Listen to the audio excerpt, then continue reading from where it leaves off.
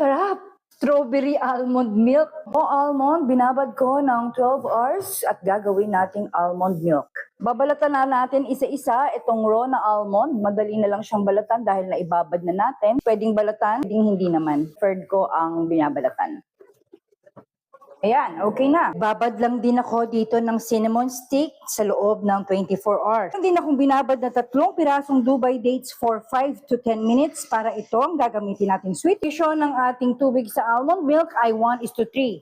Kung 1/2 cup ang iyong almonds, 1.5 cup ang tubig mo. Yung binabad kong Dubai dates, ilalagay na rin natin dito para ito ang magiging alternative na sweetener niya. Kung ka namang sweetener, kahit na anong choice mo na sweetener ay pwede mo na rin ilagay. Lagyan na rin natin siya ng 1/4 teaspoon ng salt.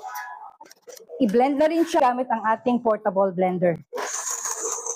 After natin ma-blend ang ating milk, pwede na natin siyang salain. Ito ay ganitong salaan na bag para mas madali ko siyang mapipiga.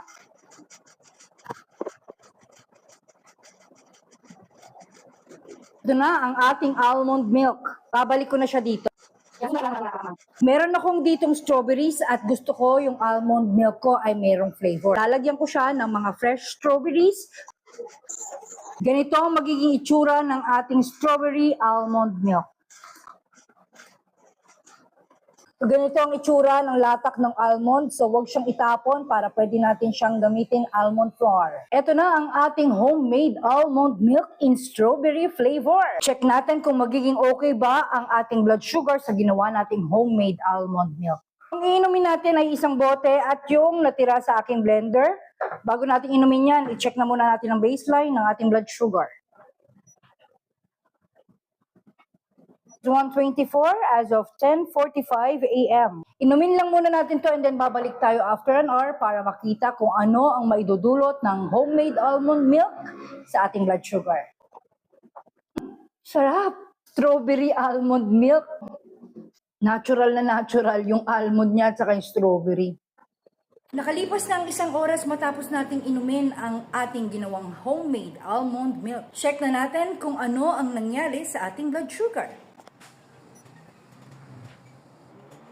Wow, 118 as of 11:52 a.m. Wow, stable naman at bumaba pa ang ating blood sugar sa ginawa nating homemade almond milk. Sana nakatulong ang demo video ko sa paggawa ng homemade almond milk and make your own choice of flavor.